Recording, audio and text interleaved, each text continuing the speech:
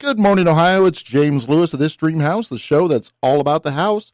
Here with Michael Kranish, the author of World's Fastest Man, The Extraordinary Life of Cyclist Major Taylor, America's First Black Sports Hero. So what inspired you to write the book, Michael? Well, I wrote a magazine story about Major Taylor 18 years ago when I was at the Boston Globe. I had a chance to meet his then 96-year-old daughter. This was in 2001, and the reason I was so interested in Major Taylor is that, like the subtitle of the book says, America's first black sports hero. In 1899, he became the world champion, and this was long before Jackie Robinson broke the color barrier in Major League Baseball, or Jesse Owens competing in Berlin in the Olympics in the 1930s, or Jack Johnson, the world champion heavyweight boxer in 1908. Major Taylor paved the way. He did so at a time of extraordinary restrictions against blacks in this country. It basically was apartheid in this country, Jim Crow restrictions in effect that segregated blacks and whites, and yet he was able, for a lot of reasons I describe in the book, to overcome that, to compete. Sometimes it was man against man, white versus black, as it was advertised at the time. Other times it was him against a lot of other white racers, and he was the greatest cyclist of his era. Cycling at the time was the most popular sport in America. So it wasn't just a sport to the side. This was a sport that attracted many thousands of people. There were what were called velodromes all over the country that would see 10, 15, 20,000 people. And a lot of these races were advertised literally as black versus white. Major Taylor, a lot of racers tried to ban him for Jim Crow reasons or racist reasons, and also because they knew he was going to win, most likely.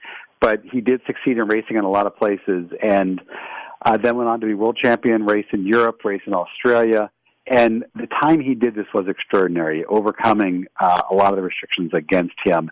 And I found that he was one of the most chronicled African-American individuals of his day, 1890s, early 1900s, because he was so famous at the time. He's been a little bit lost to history, and one of my missions here is to bring him back to give him the respect he deserves and his place in history.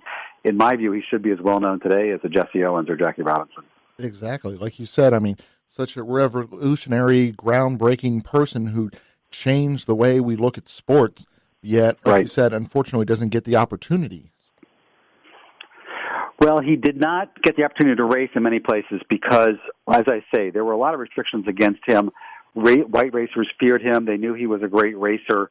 It wasn't just that he was African-American. He wasn't built for this type of racing. He was 5'7" in the 140s. Typically a sprinter. These are, if you can imagine an Indy 500 type track built for cyclists. This was a sport typically dominated by large men. There are pictures of him, and he looks so small by comparison to some of the people he's racing against. But he perfected this technique that enabled him to beat other people. He was incredibly ahead of his time as far as nutrition, as far as his training. And if you look at photographs of him in the book that I have, you'll see he starts out looking kind of scrawny. He ends up, looking, as he called it, his words, perfect on quote-unquote condition. So he knew that he wrote that, for example, that if I was an ounce over or underweight, that meant I would lose. So he really was very careful about taking care of himself, and that was, to him, very, very important. So who is Major Taylor? Who is he? Well, he was the world champion, a national champion cyclist of the 1890s and 1900s. He was to my mind, he should be in the pantheon of civil rights leaders. He saw himself not just racing for his own glory, but as an effort to disprove the racist theories of the time. The fact that he could go up against the considered the best, strongest men of his era, basically a lot of white racers, and beat them time and time again, was disproving a lot of the rationale that had been used to segregate the races by a very white-dominated society. He raced, for example, 1896, the decision of Plessy versus Ferguson was made by the Supreme Court in a 7-1 case, and that's the infamous case in which the court ruled that separate but equal was okay as far as accommodations. 6 months after that ruling, he raced in Madison Square Garden. He beat the person that was considered to be the best sprinter in the world in a half-mile race in the Madison Square Garden. And then he competed in what was called the 6-day race, which, as the name suggests, was a race for 6 days, took an hour off here or there. He managed to survive all 6 days. A lot of other racers would drop out after a day or two. So at the age of 18, he was there in the greatest arena in this country at the time, disproving the racist theories and winning time and time again. So it was the start of an incredible career that took him around the world. He was one of the most traveled, most chronicled men of his day, white or black. And his story needs to be remembered. He set a standard, and he paved the way for other great African-American athletes in this country. And a long time ago, he disproved a lot of the racist theories, and he wanted his story to be remembered. He wrote an autobiography, came out during the Depression, but the point is he wanted his story to inspire people, that you could overcome the greatest of odds. And my mission here is to try to carry that story forward with a lot of research I've done over many years. In reading the book, it really felt like you recreated the world that he lived in. How were you able to do that so vividly? Well, thank you for that. I spent a lot of time trying to do that. So in many cases, I would use a snippet of information that I had. For example, he was on a certain ocean liner going to Europe, and then I could look back to see what did that ocean liner look like on that day, who traveled on the ocean liner that day. So in one typical example, I was able to recreate the fact that he was on a ship called the SS Deutschland, and his passenger mates were a member of the Vanderbilt family, J.P. Morgan, one of the richest men in the world at the time, and so on. And I described day by day, because I know from other accounts what happened on the ship. So he only described it briefly himself, but I can see from other accounts that this was one of the most famous voyages of the day. It was chronicled by all the newspapers. It was called the Voyage of the Titans. So there's Major Taylor. There's a wonderful anecdote in which someone says, no one recognized Cornelius Vanderbilt getting on, but they did recognize Major Taylor. That's how famous he was at the time. Oh, wow. That is quite famous. Yeah. Yeah. It's really, something that I hope that it will inspire people. I don't sugarcoat things. It was a terrible time. It was the apartheid of this country that he was going through, and somehow he overcame that. But in the end, still, that racism, unfortunately, grew. His fame was in the 1890s, early 1900s, and then in 1915, you have the infamous movie Birth of a Nation and the rebirth of the Ku Klux Klan. And unfortunately, a lot of bad things continued to happen for African Americans, and difficult things grew, unfortunately. So in the later years of his life, he saw a lot of things he was fighting for go in the opposite direction. He sat down to write his autobiography in the midst of that time to try to say, wait a second, I've been through this. Here's the bad things that I saw. Here's how I tried to overcome it. Here's what I disproved. So he wanted his book to be a counterpoint to the growing racism that he saw in the later years of his life. So why was the sport of racing so dangerous? Well, he wrote that maybe 11 of his fellow racers died. If you can imagine a velodrome, an oval racetrack in which the racers are going behind pacing machines, which sort of like massive motorcycles, if you will, typically. And you'd have one of these vehicles, contraptions, very noisy, very dangerous, with an engine mount on it. And their mission was to ride as close to it as possible to ride in the slipstream. But it was a very dangerous sport. And time and again, you'd find riders tangled up. They would lose legs. They would be killed. Things would explode. And behind the pacing machines, they were going at 40 miles or more an hour. And this was not at a time of the automobile. This was a time really before the automobile. So it was a world still of horse and buggy. When he raced in Madison Square Garden, it was long before there were subways, for example. There were almost no cars on the road at that time. So if you wanted to see the world of speed, you came to see a bicycle race. That was the future. It was the most popular sport of its day. It was a very dangerous sport for many, many reasons. Constant crashes. Major Taylor had numerous concussions. It was extremely dangerous.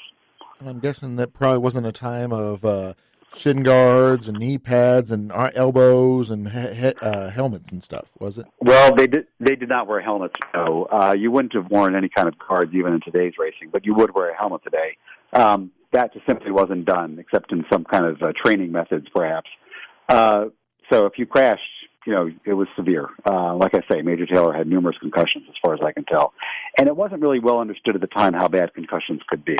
So that's something that he had to endure time and time again. And over time, that caused some serious trauma for him, very much so. How has the sport changed and evolved over time from his day?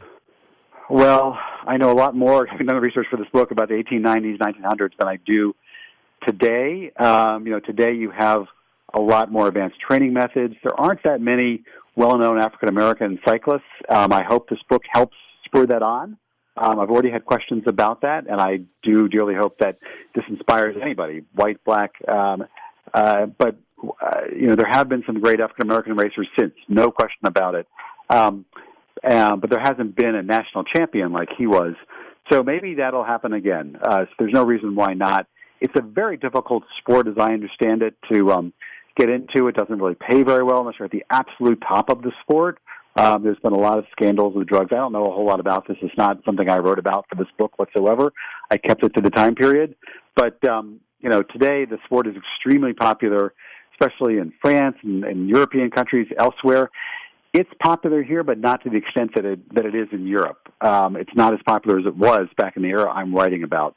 It's hard to imagine how popular the sport was. But if you go back and look at the sports pages of the day, you'll see every day there was a lot of cycling coverage. This was a huge sport at the time.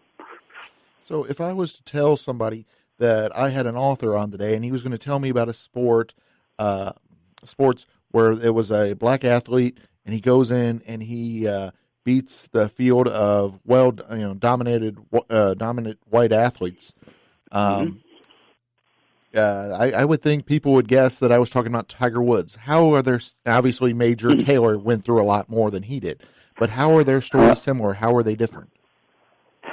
Well, I don't know that Tiger Woods faced racism other than that, there are other African-American golfers. I know almost nothing about golf. So it's different. Tiger Woods certainly had to face his own difficulties for various reasons. But if you put yourself back in 1896, when he was at Madison Square Garden, like I said, 6 months after the Supreme Court decision that said separate but equal, basically institutionalizing Jim Crow laws, that is an extraordinarily difficult period. When he first tried to register for this race, the promoter said, "Don't you belong shining the shoes of a white person on Fifth Avenue?" He said, "No, I have a license here. You have to let me race." And eventually the promoters decided to take advantage of the fact that there was curiosity about, a black person racing against white. So they eventually used that as a promotional tool. But it was extraordinarily difficult for him to compete. And in the end, he went elsewhere to compete because of the racism he faced in this country. You mentioned some of the historical figures that he interacted with. Who are some of the other ones that played a role in his life? Well, he did interact, for example, with Theodore Roosevelt. Roosevelt was the police commissioner in New York City at the time of the Madison Square Garden race that I mentioned, 1896. He later was governor of New York. He watched, he heard of Taylor's races, watched the coverage, so to speak, in the newspapers of Taylor racing in other countries. And then later in life, Roosevelt visited the city where Taylor lived, Worcester, Massachusetts, and met Major Taylor and told him how much he admired the fact that he had been so successful in Europe and so successful in the sport. So it's something that Taylor was very proud of. He mentioned it in his autobiography that he had met and shook hands with Theodore Roosevelt, the former president, and how much that meant to him. So why did he end up slipping back into poverty and obscurity at the end of his life? Well, he tried to invest in various businesses. He wanted to go into the auto business, the tire business. His family believes there were racist reasons that he was not successful, that he did have a good invention, but it was basically taken advantage of by white business people. That's not 100% clear, but clearly he did lose a lot of his money. He gave away a lot of money to relatives, to his church. He spent money writing his autobiography, getting it published. So in the end, during the Great Depression, he was destitute, living in a YMCA. So he died in great poverty. A lot of other people did during the Depression as well, experienced that poverty during the Depression. So he did not want his story to be remembered for that. He wanted, of course, he didn't know when he would die, but he said, "No one can beat Father Time. What I want people to remember is the inspiration that I can give people, that you can, if you work hard enough, persevere and overcome." Sounds like a really great historical book that really dives in and makes you feel like you're a part of that time period. I mean, unfortunately, a horrible time period in American history, but one that it sounds like we all could use to learn from. Indeed. Thank you so much. Welcome. So, Michael, before we let you go, where on social media and the web should they check you out at? Sure. Website is michaelkranish.com, Kranish, and it's the Twitter handle is postkranish, POSTKRANISH. Excellent. Thank you, Michael, for joining us today. Thank you.